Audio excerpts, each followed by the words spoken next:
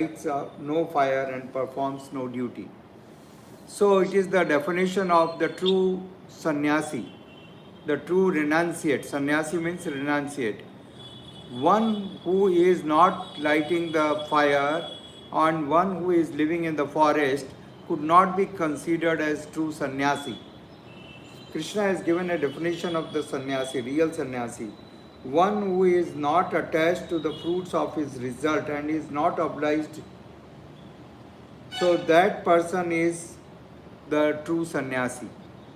Unattached to the results of the work. Okay? Not at all, but he is performing the work. He is not renouncing the work, he is performing the work without any attachment with the fruits. Okay? Such a person is true sannyasi.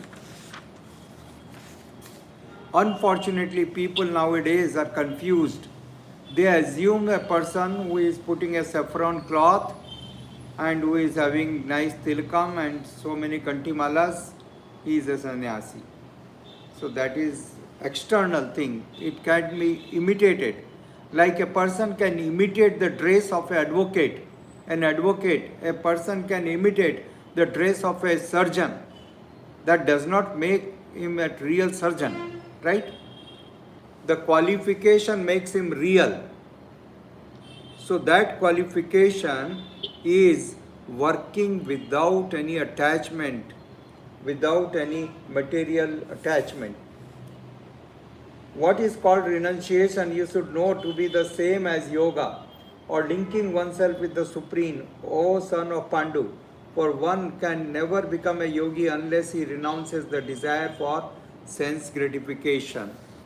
Very important. Until and unless somebody gives up the desire for sense gratification, he cannot be considered a proper yogi. Nowadays it's a fashion, everyone calls themselves yogi and they are performing so-called yoga for the sense gratification. I want to maintain my body fit even in the old age so I can enjoy more senses. Is that the purpose of yoga? No. The purpose of yoga is to connect with Krishna.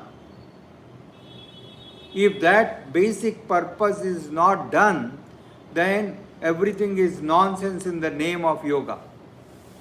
Okay? People have not understood the proper meaning of yoga. Subsequently, Krishna explains in the third verse, one who is a neophyte in the eightfold yoga system, work is said to be the means, and for one who is already elevated in yoga, cessation of all material activities is said to be the means.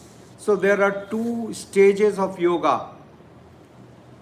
Okay, two stages. Aruha Kuchena Param Padam Padat. So there are two stages. In first stage, the renunciation of the work is said to be the means. And one who is already elevated in the yoga, cessation of all material activities. So please try to understand, it's very interesting, very tricky little. In the first stage, detachment and working without any material attachment, working is called the means. And in the second attachment, cessation of all material activities, only spiritual activities. Cessation of all material activities does not mean that you stop the spiritual activities also. Do you understand?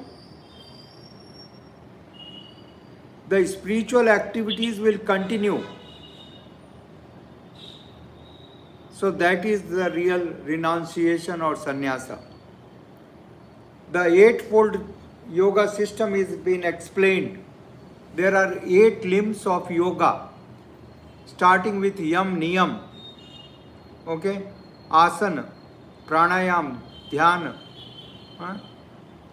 dharana, samadhi. So these are the 8 stages of 8 limbs of the yoga.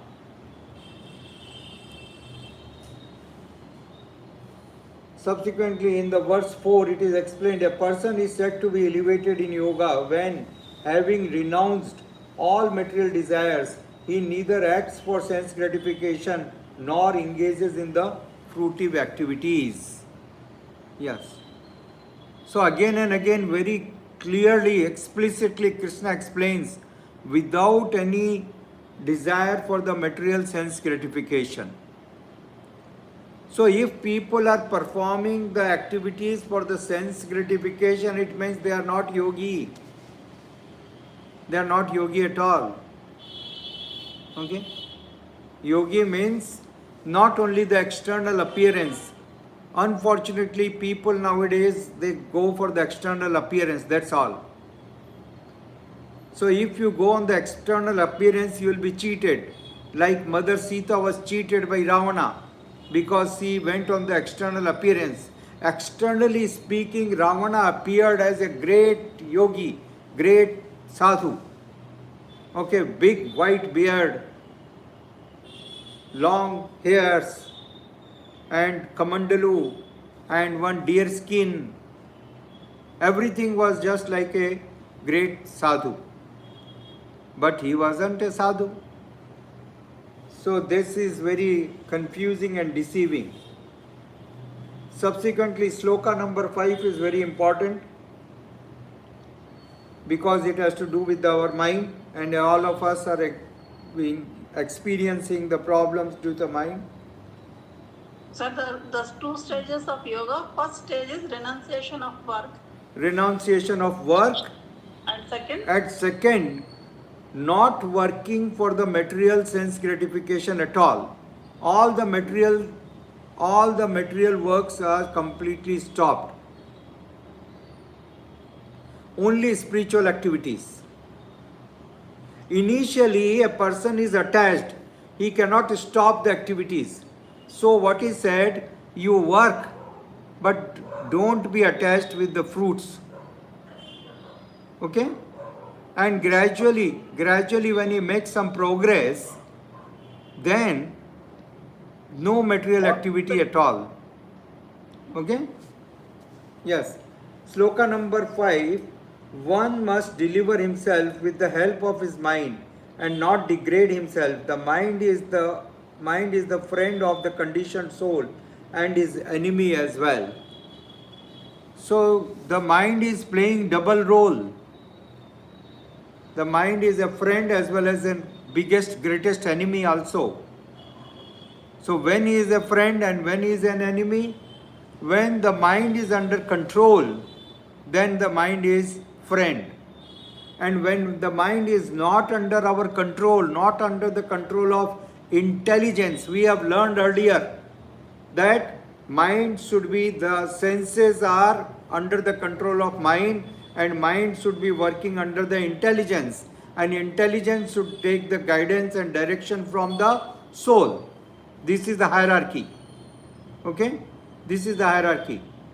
But if the mind is not taking the dictation from the intelligence, then that mind is really greatest enemy. Greatest enemy.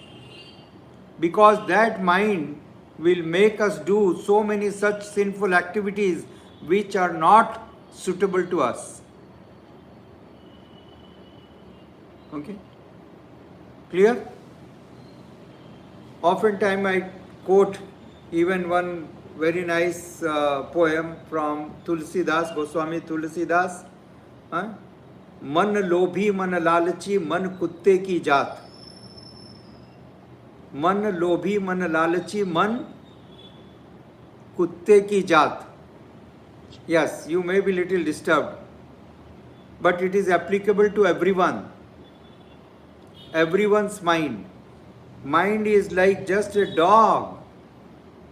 And like a dog is never, fixed at a place. He is always looking here and there. He is always agitated, always disturbed. So similarly, our mind is always in disturbed situation. What is happening? Mani milave lam se mani dur le jaat. When the mind is obeying the instructions of the scriptures, then it takes us closer to the Lord.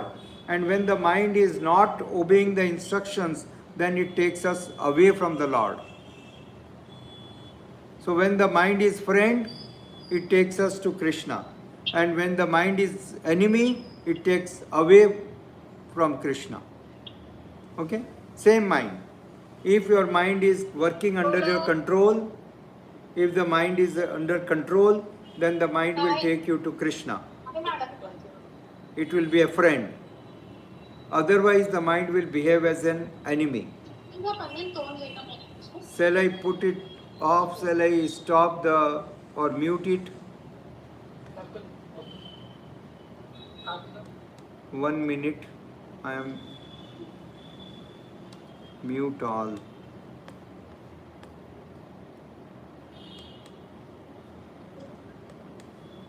Yes. Okay. So, sloka number 5. The mind is a friend and mind as an enemy. Number 6. For him who has conquered the mind is best of the friend. But for one who has failed to do so, his mind will remain the greatest enemy. If we are unable to control our mind, then the mind is the greatest enemy. Okay? Ravana, although very powerful, was unable to control his own mind. He was unable to control his mind. Again and again his mind was instigating, his mind was inspiring him for the act which was not recommended. But the mind was disturbing. Actually, it is our mind. The whole problem is with the mind. There is no disturbance in the world. But the mind is disturbed. Okay? Mind is longing. Earlier we read that verse. Dhyayato visayam punsam sangaste supajayate. Right? Any one of the senses, when the mind is focused on that sense object and sense organ, he wants to enjoy, then what happens? Gradually that desires becomes strong and strong and strong. And when that desire becomes strong, then the person cannot control himself. Even though he understands that this is not correct, this is not right, but still he will act on it. Still he will act on it. Okay? Unwillingly. This is the result of not controlling the mind. Therefore, the saintly people, they control their mind. And it is easy to control the desires when they are at the budding stage. When they are at the budding stage or nascent stage. Okay? When it's just like a small. But when that same desire becomes strong and big, then it becomes out of control. Then that desire controls us instead of we controlling the desire. Okay? Can you explain the desires with example? Yes. So, in the sense, any desire, suppose you want to eat something, you go to a party and you find your favorite, items there, which earlier before coming to this Krishna conscious movement you were attached to. So once that desire pops up, and if you do not curb that desire that time itself, then what will happen? Gradually your mind, that desire will grow, start growing like a, rising wind. And after some time that desire will become so strong and you cannot control yourself, and ultimately you will start eating that thing which is forbidden. So this all happened because the desire was there and desire was not controlled. Okay? Desire was not controlled. So it's very important that we control the desires. Otherwise the mind will be just like an enemy. biggest, greatest of the enemy. The enemy is not outside, the enemy is sitting inside, well protected by us, ourselves. Number 7.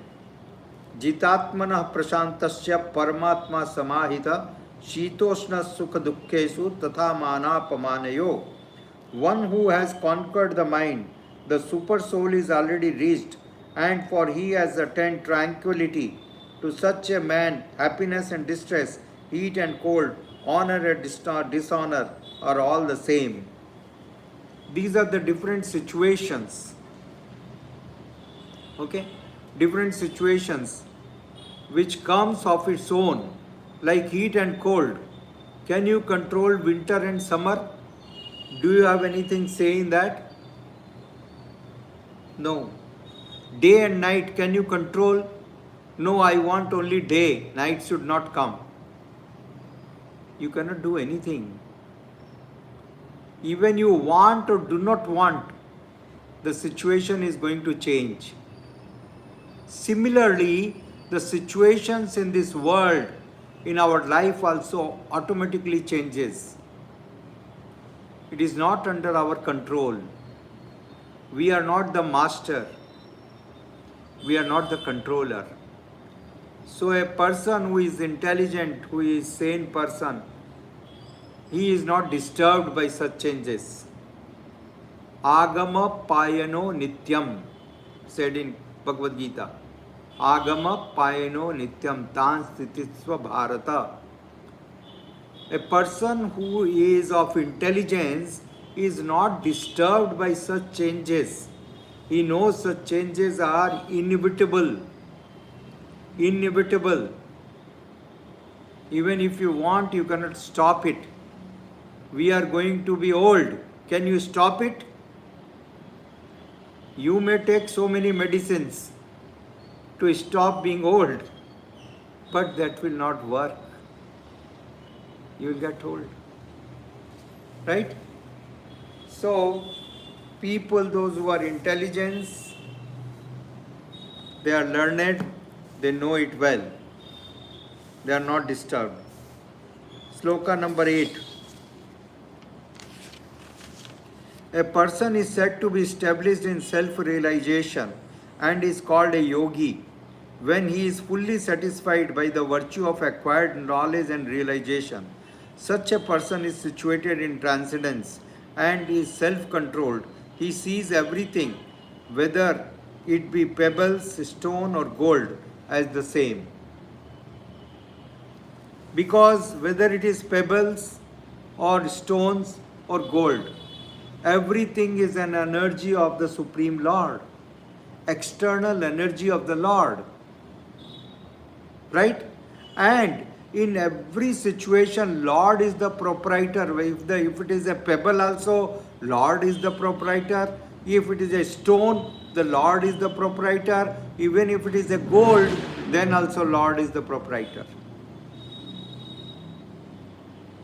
It is not ours. We do not have the right to enjoy it. Right? You agree? So, what difference does it make?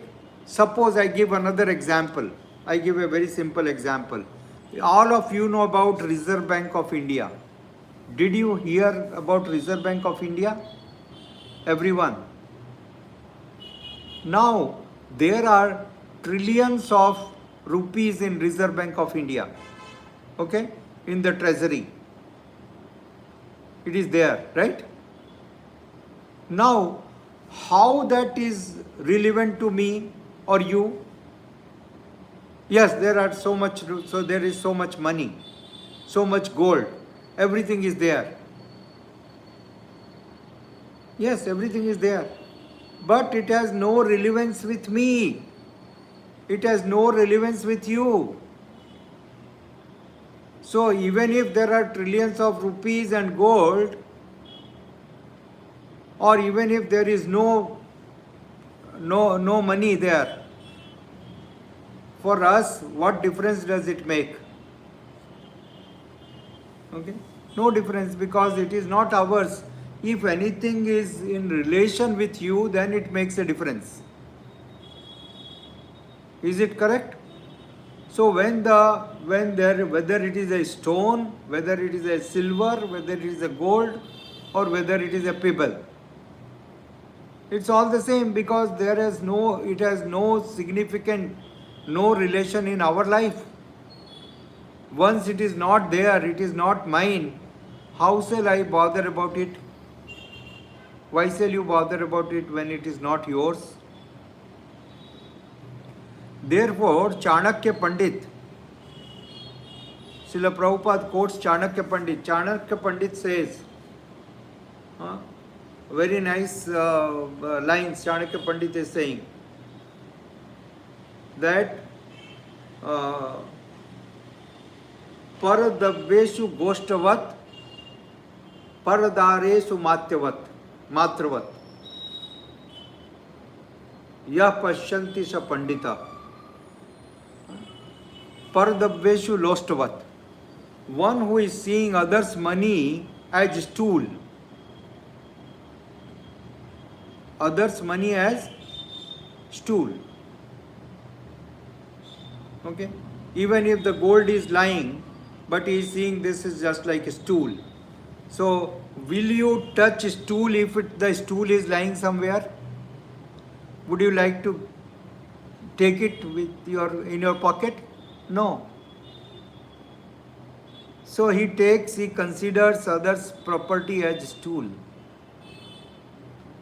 And such a person considers others' wife or other woman just like mother.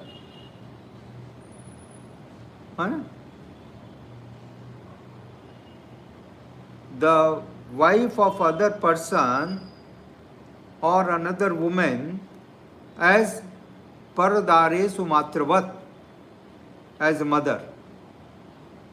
That's why we call Mataji Paradare Sumatravat. That person is really Pandita. Nowadays they make a joke, they call somebody as, oh, Pandit. But it is a very big challenge to be a Pandit, real Pandit. Such a person who can see like this is real Pandit. We find that big president in America, they could not control themselves. They had illicit sex with their staff members in the presidential quarters. Correct? Where is the Pandita? Where is Pandita? Right? A Pandita is a gentleman. Pandita is a gentleman. Right? So, this is the definition of real Pandita. Such a person is he will see the stone and pebbles and gold as equal. Okay? Very big challenge, right? Yes? Subsequently, we see the verse number 9. A person is considered still further advanced when he regards honest well-wishers, affectionate benefactors, and the neutral mediators, and the envious friends and enemies, the pious and the sinners, all with an equal mind. Very big challenge. It is possible to see the other's property as stone. That may be possible, but it's very challenging and a very difficult task to see a well-wisher friend and an enemy as equal. Right? Is it possible? Very difficult. It was possible for Prahlad Maharaj. It was possible for Prahlad Maharaj. He told to his Guru Sandamarka when he went to Gurukul, oh Guruji, I don't like this. I don't like this. You are saying, you are teaching that friend and enemy. This concept itself is bogus. I don't believe in this. Friend and enemy. Because the Supreme Lord is residing in the heart of everyone. So where is the question of enemy? if the Lord is residing. That was his understanding. This is Mahabhagavata. Right? Yes. So verse number 10. A transcendentalist should always engage his body, mind and self in relationship with the Supreme. He should live alone in a secluded place and should always carefully control his mind. He should be free from desires and feelings of possessiveness. So people in this world, why they are working so hard? Overtime, extra time, okay, no time, work, work, work, work like an ass. Why? Because they want to earn money. Okay, nothing wrong in earning money. And what you want to do with that money? I want to buy the luxuries with that money. So the desire for those luxuries is the passion, is the cause why the person is working. Right? Possessiveness. I want to have, I want to control the world. Okay? The big leaders, they are working, they are fighting at present in the world. The whole world is in such a chaotic position now because of this. I am the supreme controller in the world. They are saying the world order is changing. Why America is so disturbed? Why Mr. Trump is so disturbed? Because he wants to be the number one person in the world. So when his position is challenged, he is so disturbed. He cannot tolerate. Right? So big people, they are disturbed because they just want to maintain their position. They want their control. But they don't understand that they cannot control. They cannot control their own mind. Can you control your mind? Uma Devi, can you control? Forget about the mind. Mind is a big thing. I am giving another challenge, very simple challenge. Sita Mata, can you control your eyelid? You have an eyelid? Check whether you have an eyelid or not. देखो आपके पास आंख पे पलकें हैं कि नहीं है ना? उदयमाला माता जी, you have the eyelids. Poonam माता जी, eyelid है आपके पास? है ना? आपकी आंख है. It is your eye, not my eye. Your body, your eyes, your eyelid. है? आपका शरीर, आपकी आंख, आपकी पलकें, तीनों बात करेक्ट है या नहीं है? First tell me this. Am I correct? ठीक है भाई, आपकी आंख है, आपका शरीर है, आपकी पलकें हैं. चलो, मैंने आपको 2 मिनट के लिए कहा, अब आपकी पलकों को आप 2 मिनट के लिए झपको मत. Don't blink your eyes for 2 minutes. Do it now. क्या ये संभव है? तो आप कितना बड़ा बॉस बन रहे थे. You are such a big, you have so many claims. I am the controller, I control my husband, I control my boy, I control my this and that and everyone. My dear, you are not able to control your own eyelid. What you are talking nonsense, big thing. You have no control. You cannot control even an eyelid. What to speak of big thing? People are fools. They cannot control their mind and they want to conquer the world. Before you try to conquer the world, at least conquer your own mind.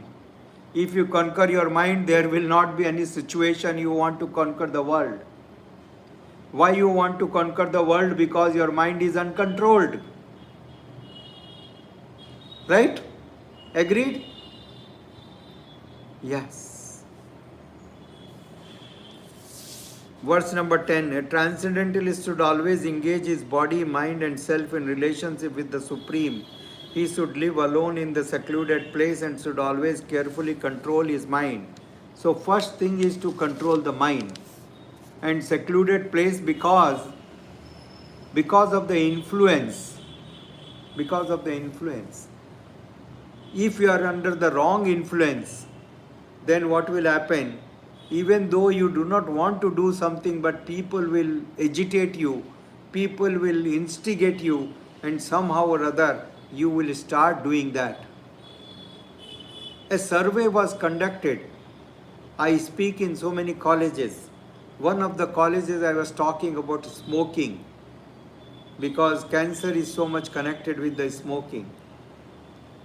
So I was analyzing why a boy or a girl, nowadays the girls are smoking more than the boys. It's a fact. I have seen, I could not believe. So the question was, why do they smoke at all? Then we found out a fact. Majority of boys and girls, they start smoking because of the peer pressure. Because others are doing, they are looking cool, they are being so socially accepted. So now I should also do like that. That's all. That's all. So the whole society is going in that direction. They do not have their brain, any so-called intelligence, what is good, what is not good. No discriminatory power. If the discriminatory power is not there, a person is worse than an animal, worse than a dog. What is the difference between dog and human? Human has discriminatory power. If the human being is not applying the discriminatory power, then that human being is just like worse than an animal. Okay? This is it.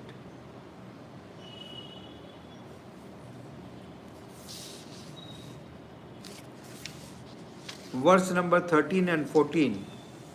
One should hold one's body, neck and head erect in a straight line and stare steadily at the tip of the nose. Thus, with an unagitated, subdued mind, devoid of fear, completely free from sex life, one should meditate upon me within the heart and make me the ultimate goal of life. So people are interested in Bhagavad Gita, but they do not want to follow the instructions of Bhagavad Gita. This is the problem. And what is the good part is they take gurus, such gurus who will not tell them about these teachings at all. They will talk Bhagavad Gita for 30 days, but they will never tell that, you cannot have illicit sex. They will never say like that. And they want guru like that, who will never say like that. Although it is mentioned in Bhagavad Gita very clearly. Okay? So there is this whole system is going on. Cheaters and being cheated. Cheaters and cheated. But if you take the true knowledge of Bhagavad Gita, it is very clearly spoken by Lord Sri Krishna. Very clearly spoken. Right? It is there. It's not that it's my word. Completely free from sex life, one should meditate upon me within the heart and make me the ultimate goal of life. Ultimate goal of life, me, Krishna. Okay? Yes. Verse number 15. Thus, practicing constant control of the body, mind, and activities, the mystic transcendentalist, his mind regulated, attains to the kingdom of God, or the abode of Krishna, by cessation of material existence. Okay? once we control our mind, then the gate to the spiritual realm is opened. Not till then. Not till then. If we cannot control our mind, we cannot enter in the spiritual realm. Okay? These are interconnected. Sloka number 16. There is no possibility of once becoming a yogi, O Arjuna, if one eats too much or eats too little, sleeps too much or does not sleep enough. Huh? Right. The extremes are very bad, very difficult. One sleeps too much or one does not sleep. One eats too much and one does not eat. This is what is happening. Nowadays people, especially you see all these IT people, their life is horrible. Really horrible. Sometimes they will be working 16 hours, 18 hours a day. Actually, I was reading about the life of Elon Musk and the great all these so-called successful people, Steve Jobs. Huh? There is no limit. Sometimes they will be working whole night and morning also they will not have enough sleep. They will again get ready and come and working, that's all. So such a person will not have a proper balance of his mind. Okay? Because such people are workaholic. A person should have enough sleep of, usually it is a relative term. It depends. Like Srila Prabhupada said, for the young boys and girls, 9 hours are needed. And for when the age gradually progresses, usually 6 to 7 hours are needed. But when the people, they are entering in the age like 60s and 70s, then the time is still less. And those who are constantly engaged in serving the Lord, practicing spirituality, then the time depends. Our great Goswamis and Acharyas and Srila Prabhupada, they used to sleep so less. Srila Prabhupada was sleeping hardly 2 hours, 2.5 hours a day. That's all. Huh? And he was constantly, every day he was translating and writing books and guiding and giving the directions and traveling and so many activities. Constantly he was engaged. So gradually, because the sleep is it is like mode of ignorance. Sleeping is tamoguna. Sleeping is tamoguna. But generally speaking, there should be a balance. Generally speaking. Okay? We are talking two things, general and extraordinary. Okay? So generally speaking, there must be balance in eating, sleeping, having recreation. Okay? There should be a balance. The scriptures, they tell us about the balance.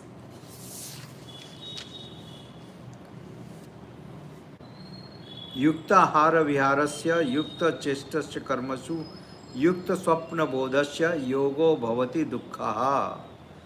He who is regulated in his habits of eating, sleeping, recreation and work can mitigate all material pains by practicing the yoga system.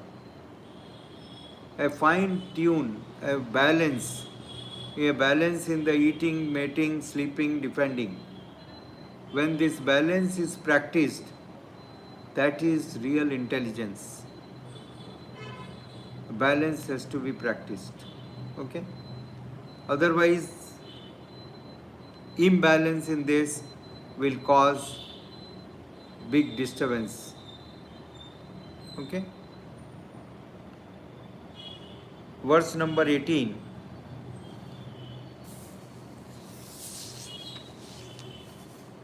When the yogi, by practice of yoga, disciplines his mental activities and becomes situated in transcendence, devoid of all material desires, he is said to be well established in yoga. By practice of yoga, disciplines his mental activities and becomes situated in transcendence. So you see, again and again the same point is coming. Controlling the mind's activities, the engagement of the mind. Mind is never free. Mind always finds some engagement. The matter is where the mind is engaged. If the mind is engaged in exploiting the senses for the gratification, then there will be degradation. And if the mind is engaged in giving pleasure to the Lord, then there will be purification. Okay? As you were saying in the beginning today, gratification and purification. So this gratification and purification is an internal process. Outside people, they cannot find out whether I am gratifying or I am purifying. It depends on my consciousness. Right? It depends on your consciousness. What is the consciousness? Is this clear? Point is clear? That is yoga. That is yoga.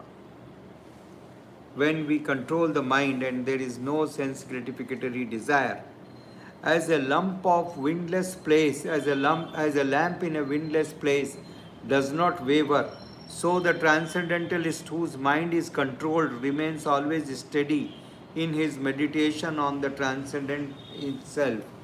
Like you see a small lamp, a small deepam with a wick, and when you put flame, and if the wind is not there, then the flame is steady. The flame is steady. Similarly, the mind is steady when it is not bombarded from outside. Okay? So much of bombardment. Our mind is constantly being bombarded by this digital media, by this anti-social media, by the media of mass destruction. Actually, this is the name. You call it TV, but actually this is not TV. When it was invented, the intelligent people called it media of mass destruction.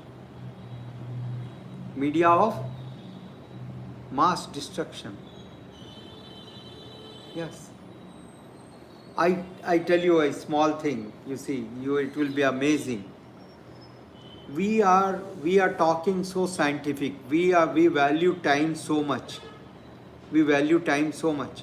We don't want to waste our time. Time is so precious. Time is money, right? All your slogan I accept.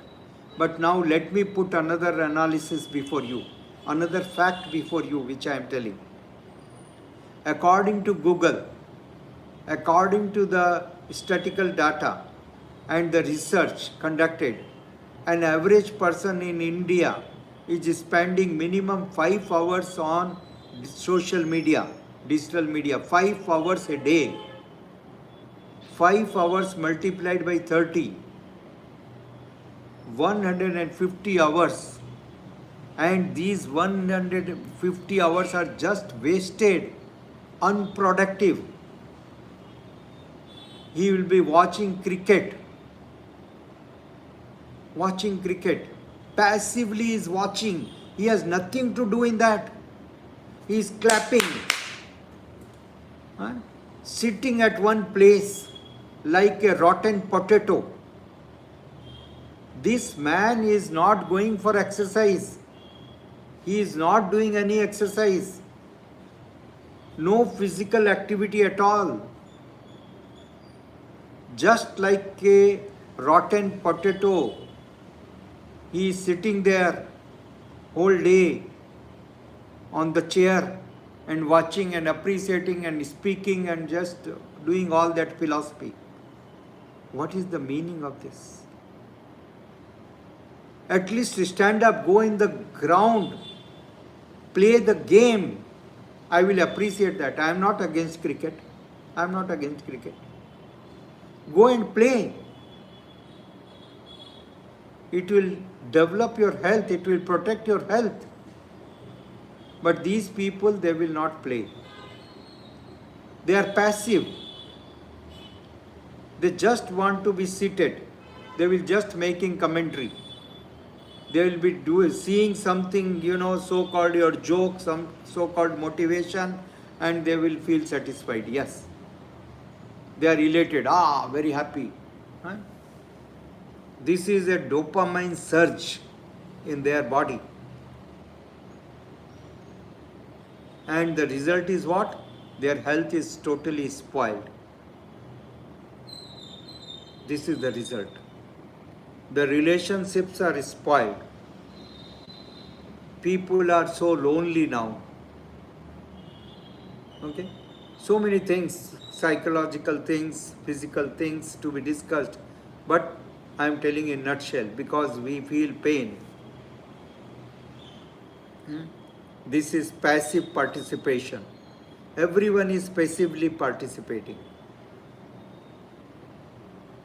We don't allow, I don't love passive. That's why I make you speak, I force you to speak. It's not that you just appreciate, Prabhuji, you spoke very well. There is no meaning of me speaking well. If you cannot take something from my talk, then what is the meaning of me speaking? What is the meaning of speaking? Am I speaking to a human being or I am talking to the dead walls? Tell me. I am not talking to dead walls. I am not interested in the dead walls. I am talking to a human being. So I want reciprocation. I want you to listen. I want you to take something out of it. I want you to change your life. Because that is the desire of my spiritual master. Our great Acharya, His Divine Grace, A.C. Bhaktivedanta Swami Srila Prabhupada. Okay? Yes. So, we go to the verse number 20 to 23. In the stage of perfection called trance or samadhi, one's mind is completely restrained from material mental activities by practice of yoga. This perfection is characterized by one's ability to see the self by the pure mind and to release and rejoice in the self. In that joyous state, one is situated in boundless transcendental happiness, realized through the transcendental senses. Established thus, one never departs from the truth, and upon gaining this, he thinks there is no greater gain. Being situated in such a position, one is never shaken, even in the midst of greatest difficulty. This indeed is actually freedom from all miseries arising from material contact. So although a person is in the material contact, but as we discussed some time back, the example of lotus flower, lotus leaf and water. Although the leaf is in water, but it is not attached with water, not in touch with water. Right? So similarly, such a person, he is in the society. He is in the society, but he is not connected with the society at all. He is in the material world, but he is not a person of this material world. Okay? He is in the world, he is moving with the people, but he is still different. Is this point clear? Verse number 24. One should engage oneself in the practice of yoga with determination and faith. Not to be deviated from the path, one should abandon without exception all material desires born of mental speculation and thus control all the senses on all sides by the mind. So, again and again, he is warning us to control our senses and the mind. If the mind and senses are not controlled, then the mind will force us to engage in such activities which will cause us completely fall down. Okay? So the mind needs to be controlled.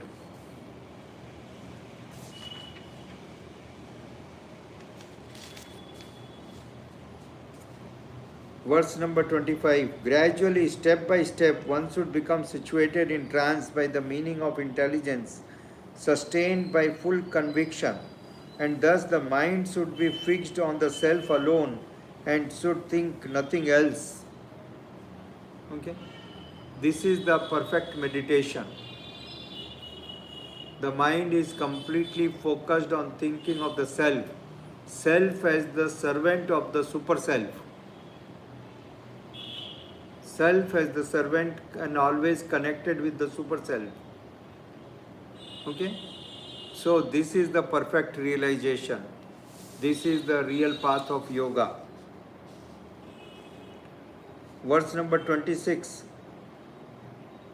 From wherever the mind wanders due to its flickering and unsteady nature, one should certainly withdraw it and bring it back under the control of the self.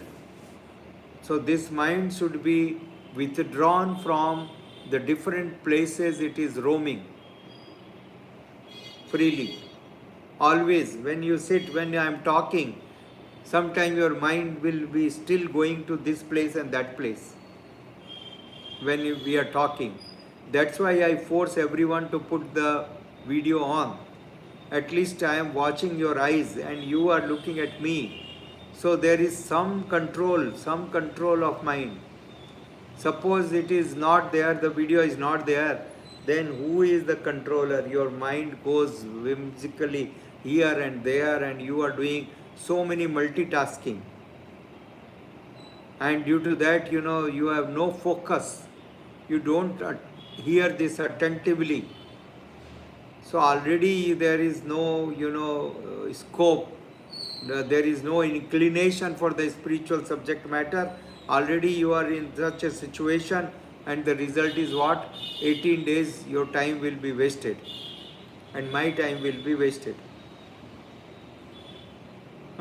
My purpose is to make you understand this transcendental science of Bhagavad Gita. And definitely it requires concentration, it requires focus. It requires focus. Right? Verse number 27. The yogi whose mind is fixed on me verily attains the highest perfection of the transcendental happiness. He is beyond the mode of passion. He realizes his qualities, qualitatively identity with the Supreme, and thus he is freed from all reactions of the past deeds. Verse number 28. Thus the self-controlled yogi constantly engaged in yoga practice becomes free from all material contamination and achieves the highest stage of perfect happiness in transcendental loving service of the Lord. Yes. Free from all material contamination and achieves the highest stage of perfect happiness in the transcendental loving service of the Lord. This is our true nature. The soul is hankering for the transcendental loving services of the Lord. Prem Mai Sevain. Loving devotional service. This is the real hankering of the soul. My soul, your soul, everyone's soul. When the soul gets the activity, this transcendental activity, the soul is fully satisfied. The soul is satisfied. Once the soul is satisfied, everyone will be satisfied. The intelligence will be satisfied, the mind will be satisfied, the senses will be satisfied. Everyone will be satisfied. Right? So, this is the twist. This is the twist. People are suffering because they do not accept this, they do not understand this. Therefore, they are suffering. Their understanding is, once I satisfy my mind, I will become happy. But that is not so. You cannot satisfy the mind. Secondly, the mind is always flickering. Even if you satisfy, it will be satisfied for 2 minutes. On the third minute, the mind will demand something more. Okay? So, what will happen? Always you will be chasing. You will be chasing behind the, so material possessions. And the life will be so frustrating experience. Okay? So the real satisfaction, real peace is possible. There is a peace formula. This peace and success and satisfaction is possible only when we start serving the Supreme Lord. We connect ourselves with the Supreme Lord. When we re-establish this loving relationship with the Lord, we are immensely satisfied. Everyone is immensely satisfied. Okay? Otherwise, not possible. A true yogi observes me in all beings and also sees every living being, every being in me. Indeed, the self-realized person sees me, the same Supreme Lord everywhere. This we find in the life of so many great souls, especially Prahlad Maharaj. He is seeing the same Lord everywhere. When he was kept with the snakes, the poisonous, deadly, poisonous cobras, he was not afraid. He was not afraid. He was asked by Narad Muni, why did you not worry, why you were not afraid when you were kept like that? He said, why I shall be worried? Because Krishna is sitting in the heart of the cobra. And Krishna loves me, Krishna is my master. So what harm, how these snakes can harm me? Because these snakes are also working under the direction of Krishna. And my Krishna is the controller. So I didn't see that any risk for me. No risk. So that is it. Seeing the presence of Lord everywhere. Seeing how the Lord is presiding over. Okay? So such a person is not disturbed. Sarva bhutatma bhutatma sarva bhutani chatmani icchate yoga yuktatma sarvatra samadarshana.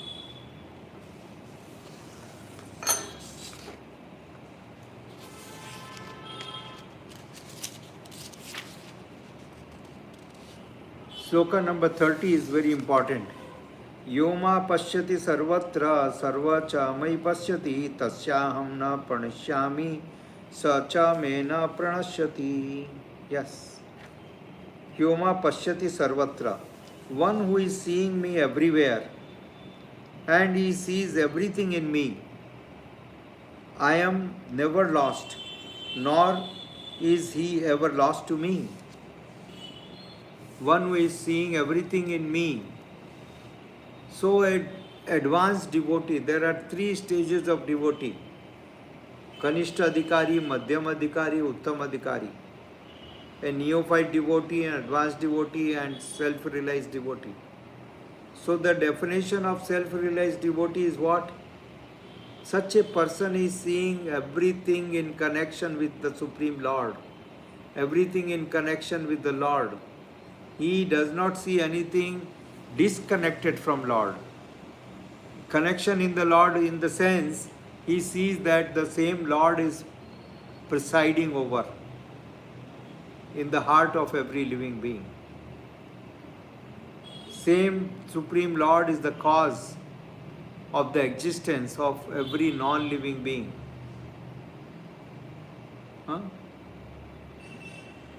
Everything is an expansion, everything is a manifestation of His energy, His divine energy. So such a person, such a vision is the top class.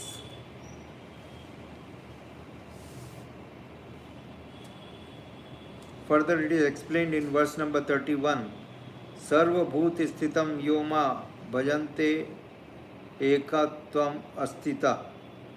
So such a yogi who engages in the worshipful service of the Supreme Super Soul, knowing that I and the Super Soul are one, remains always in me in all circumstances.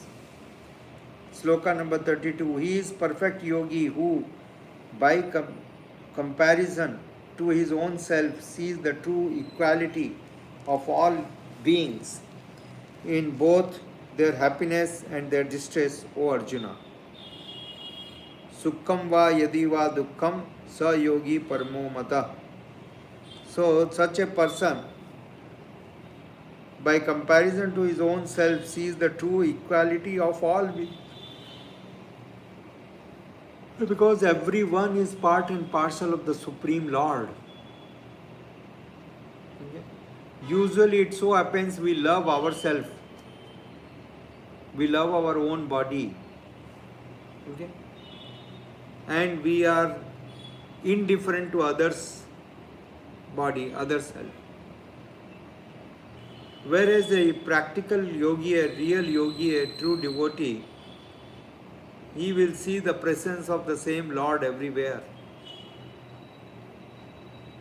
That's why it is said, Vaishnava Janto Tene Kahiye Je Pida Parai Jane Re. He knows the other's suffering. He feels the pain of others' suffering. Okay? Verse number 33. Arjuna said, O Madhusudana, the system of yoga which you have summarized appears to be impractical and unendurable to me, for the mind is restless and unsteady. Arjuna is honest.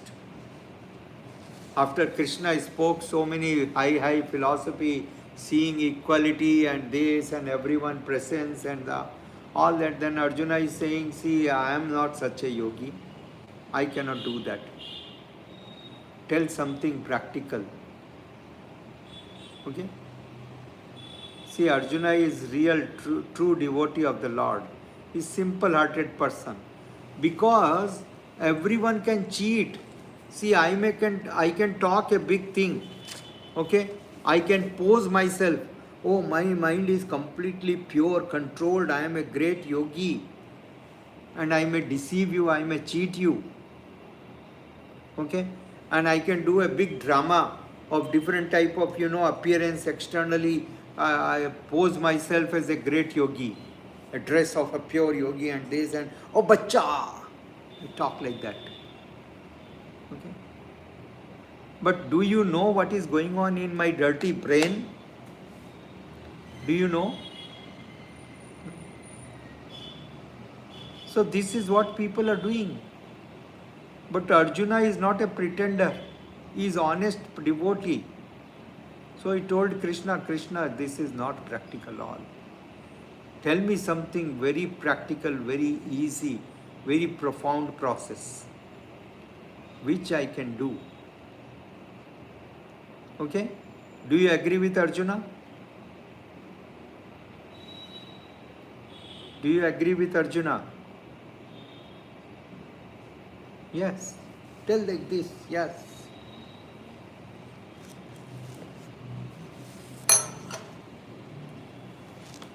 Verse number 34. Chanchalam hi manah Krishna pramati balabhadranam tasyaham nigraham manne vayor visadaskaram For the mind is restless, turbulent, obstinate, and very strong, O Krishna, and to subdue it, I think, is more difficult than controlling the wind. Amazing, wonderful explanation by Arjuna. Arjuna is saying, Krishna, I can control the wind, raising wind, a tornado, a cyclone I can control. See, practically speaking, no one can control the cyclone. We see in the world, I remember some years ago, there were big cyclone in America, the Katrina and Rita, famous. These are not some girls. These are the name of the cyclone in America. And when it hit, then what happened? The whole country was paralyzed. No movement for days together. The traffic was not normal. I still remember the President of America standing before the camera, and their three chiefs of the Army, Navy and Air Force, they were there, and the President and the First Lady of the country, both, and the President has kerchief in the hand and he was wiping his tears like this. He was wiping his tears. First Lady is also wiping her tears. So they are helpless. Their three chiefs of the army were standing with Ray-Ban glasses, black. You cannot see what is their eye expression. Okay? But helpless, totally frustrated, devastated. Whereas Arjuna is so powerful, he is promising Krishna, I can control the rising wind, I can control the tornado, I can control. But to control my mind is more difficult than that. Do you agree this? Controlling mind is more difficult? Poonam Mataji. Yes? Controlling mind is more difficult? So if your answer is yes, then listen. Because Arjuna is honest. He is not a pretender. He says honestly. Sri Bhagwan Uvacha Asansayam Mahabaho Mano Durnigraha Chalam Abhyasena tu Konteya Vairagyena cha Grihate. Lord Sri Krishna said, O mighty armed son of Kunti, it is undoubtedly very difficult to curb the restless mind, but it is possible by suitable practice and by detachment. And by detachment. This detachment is mandatory. Detachment from the sense gratification. Okay? A person who is attached will always be disturbed. The mind will be uncontrolled. So if you want to control your mind, first you have to practice detachment. And how there is detachment? When we are really attached with Krishna, then we are automatically detached from the matter. Attachment to Krishna is the detachment to matter. These are parallel things, simultaneously. More you are connected with Krishna, more you will be detached with the world, automatically. Do you understand this point? So, Krishna is recommending that you need to practice abhyas again and again and again. Nobody goes to Olympic in 3 days. Nobody goes to Olympic 3 days. Yes? Anyone who is preparing for Olympic, he must have given 10, 20, 30 years of rigorous practice, complete dedication. Right? Agreed or not? So this is called abhyas. Practice and practice. Therefore, a devotee is practicing, chanting regularly, constantly, days and days and years and years and years. Practicing. Practicing mind control. Practicing mind control. Okay? In 3 days it will not be possible. In 18 days we can't control mind. Okay? We can discuss the theory, but the practical part will take years. The practical part may take lifetime. Right? Agreed? Yes. So Krishna is saying Abhyasena Konteya. Sloka number 36. One whose mind is unbridled, self-realization is difficult work. Very honestly, Krishna is saying. Whose mind is unbridled, self-realization is difficult work. But he whose mind is controlled and who strives for appropriate means is assured of success. That is my opinion. Krishna is saying. That is my opinion. Yes. So I am sure you value Krishna's opinion. You accept Krishna's opinion, right? So first thing is to control the mind. Okay? Whose mind is unbridled. You have seen there are horses. Okay? Horses. And a horse who is living in the forest in the natural circumstances and natural environment, he is very strong. He is very strong. Okay? And he is the best to win the race in every situation. But can you ride on it? Not possible. He will not let you sit. Okay? So first it has to be tamed. First it has to be made homely. That's very big challenge.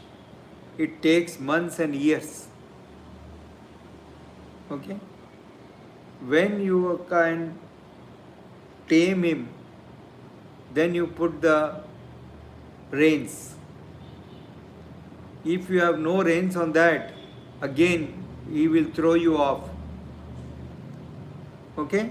Yes or no? Yes. However expert you are, you will be nowhere seen. So this is the whole process. Therefore the horses which are there in the chariot, they are bridled. Okay? The reins are there. Without the reins, he will not be under control.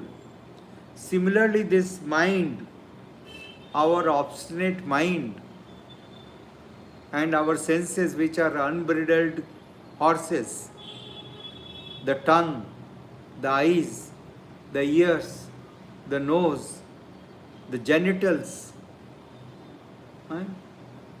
uncontrolled, they will make our life hell. They will make the life hell. So there is a need to control them, and all the senses are working under the mind. They are working under mind.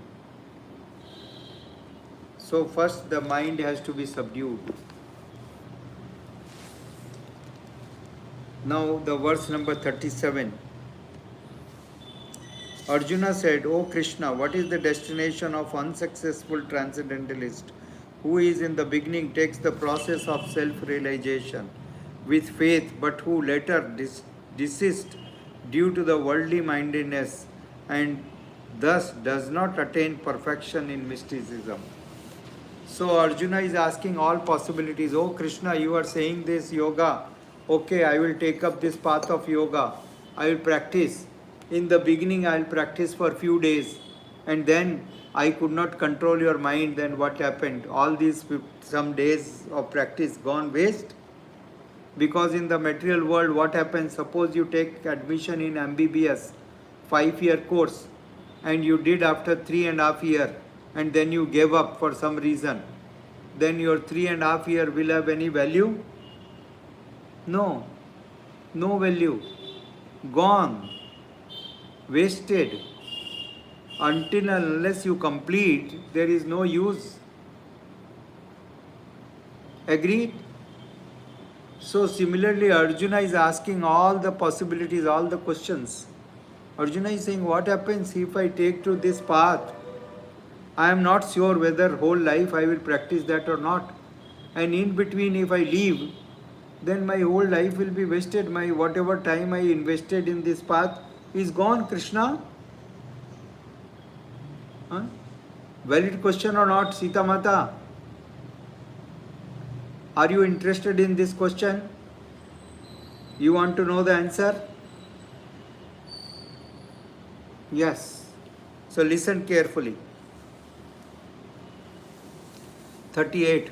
O mighty armed Krishna, does not such a man who is bewildered from the path of transcendence fall away from both his spiritual and material success and perish like a riven cloud with no position in any sphere? That because you told, okay, you are telling that one should control the mind, one should control the senses, no meat eating, no illicit sex, no this, no gambling. Okay, I take to this path. But what happened when I could not become a perfect devotee? I did not enjoy this world and I did not attain that world. What will be my position? Huh? Like a riven cloud. Okay? What is my benefit?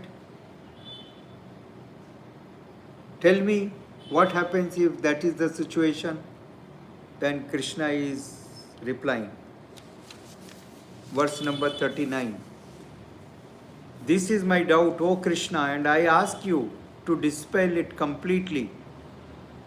But for you, no one is to be found who can destroy this doubt. Except you, Krishna, no one can destroy this doubt. Yes or not? Yes. So Krishna is saying, Sri Bhagwan Uvacha, Partha nevehana mutra vinastastasya vidyate nahi kalyana krit kaschit durgati tat gacchati. The Supreme Personality of Godhead said, O son of Pratha, a transcendentalist engaged in the auspicious activity does not meet with destruction either in this world or in the spiritual world. No, one who does good, my friend, is never overcome by evil. First of all, Arjuna, don't fear. If you are doing good activity, if you are concerned for the other people, welfare of the other people, then no one can harm you, neither in this world nor in that world. Forget about it. Not only you, anyone. Okay? This is the principle. And this promise, this guarantee has been given by Lord Krishna.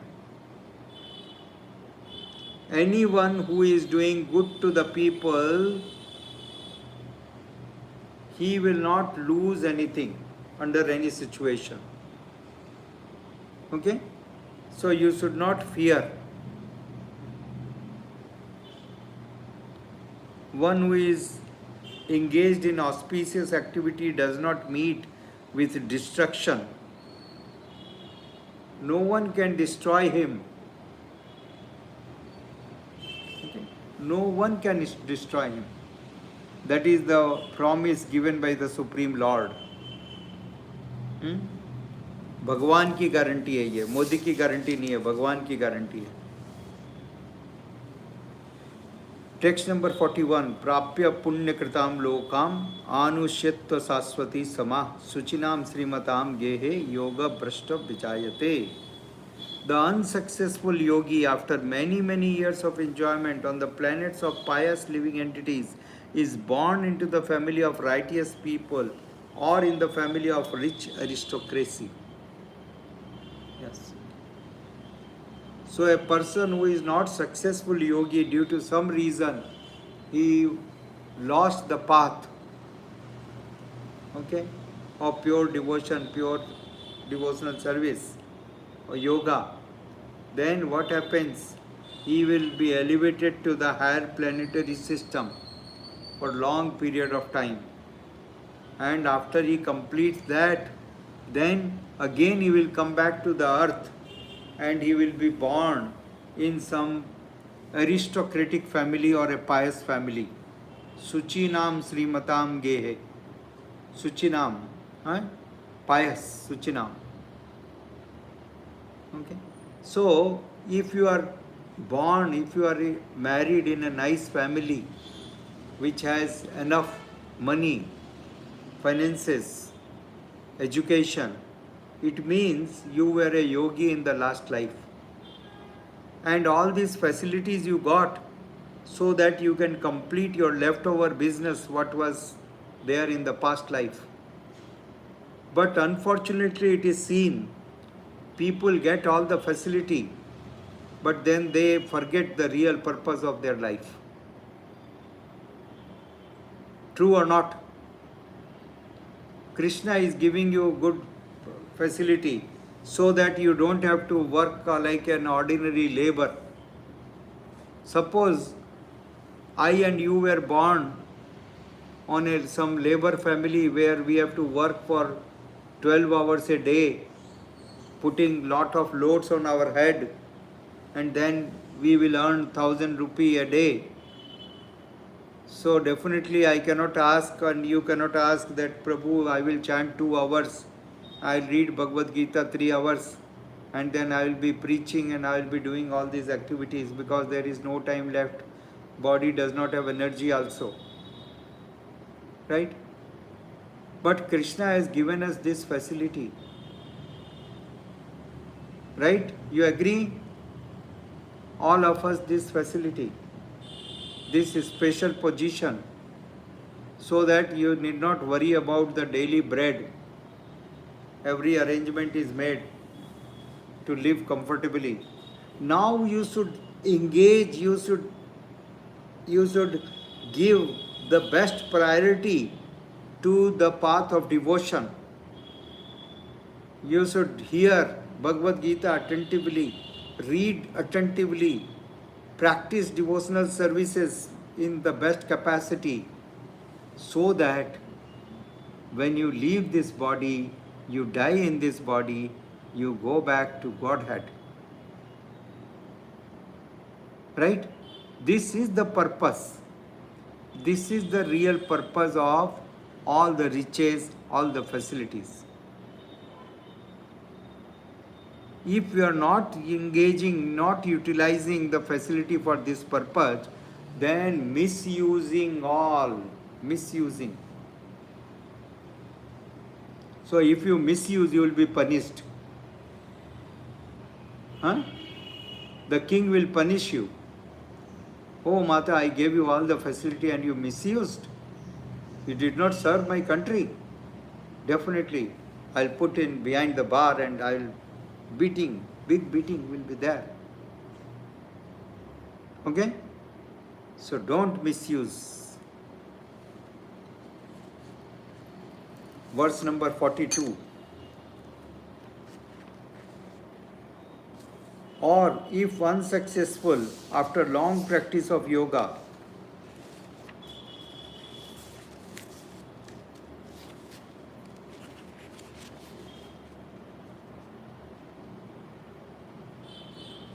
he takes his birth in a family of transcendentalists who are surely great in wisdom. Certainly, such a birth is rare in this world. 43. On taking such a birth, he revives the divine consciousness of his previous life and he again tries to make further progress in order to achieve complete success, O son of Kritu. By virtue of the divine consciousness of his previous life, he automatically becomes attached to the yogic principles even without seeking them.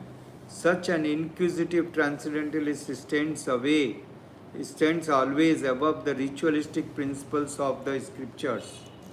Such a person is not interested in the rituals, he is interested in the spiritual. In the present life, in the present generation, we find most of the people are ritualistic. They are interested in the rituals. They do not have any understanding of the spiritual. They talk about spiritual, but they are not understanding what is spiritual. The soul is spiritual, the Lord is spiritual. But they are not interested in this. They are only interested this puja, put 5 things here, 3 things there, and then do like this, and then swa, gone, completed. And they want us to do that. See, they should understand. So, verse number 47, very important verse, and then it is the conclusion. This is very, very inspiring. Yoginam api sarvesham madgaten antaratmana shraddhavan bhajate yomam same yukta tamo mata. Yes. He said, "O Arjuna, listen carefully. Of all the yogis, after Krishna described different type of yogas, yoga rudha, yoga ruksha, both the stages of yoga, all the limbs of yoga, the different symptoms of yoga, and the yogis, and what happens if you are successful, what happens if you are unsuccessful, how to protect yourself, everything he explained. Now Krishna is saying the conclusion of all. O Arjuna, forget about all this yoga and bhoga and all that. Don't worry. My devotee is best of the all yogis. If you become my devotee, yoginam api sarvesam, of all the yogis, one who is my devotee is the greatest of all the yogis. Okay? So if you are a small boy or girl, but if you become a devotee of Krishna, you don't have to separately practice yoga. No breathing process, not to focus on your tip of the nose, straight sitting and this trying, it is not possible. I am seeing here, if I leave you to sit straight for 5 minutes, then you will say, Prabhuji, I will not come to your class from tomorrow. You will renounce. You will renounce me itself. Forget about anything. So, this is not practical, all that. No. So, Krishna says, one who is my devotee is best of all the yogis. Yoginam api sarvesam matgaten antaratmana. And Krishna is saying, second line is even more important. This is my opinion. In my opinion. So I am sure that you value Krishna's opinion more than your own opinion. Right? Do you agree? Or do you value some other person's opinion? My Phalana Guruji told me like that. On television he came. He told this, which is against contradicting Krishna's version. Do you have faith like that? No. No chance. Whatever Krishna's opinion is the best and we accept it. Right? Wholeheartedly. So Krishna said that one who is my devotee is the best of all the yogis. So be my devotee. Thank you, Hare Krishna. Srila Prabhupada ki jai. If you have any questions or doubt or comments, quickly tell. I will reply, and then we will be parting away for today. Yes.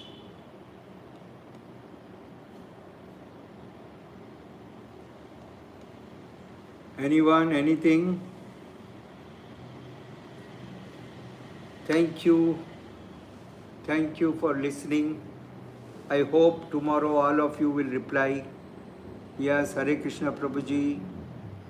Soumya. Yes, you want to say something, or I shall say goodbye?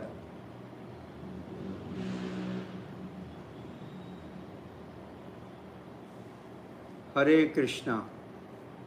Dhanyavadalu. See you tomorrow evening.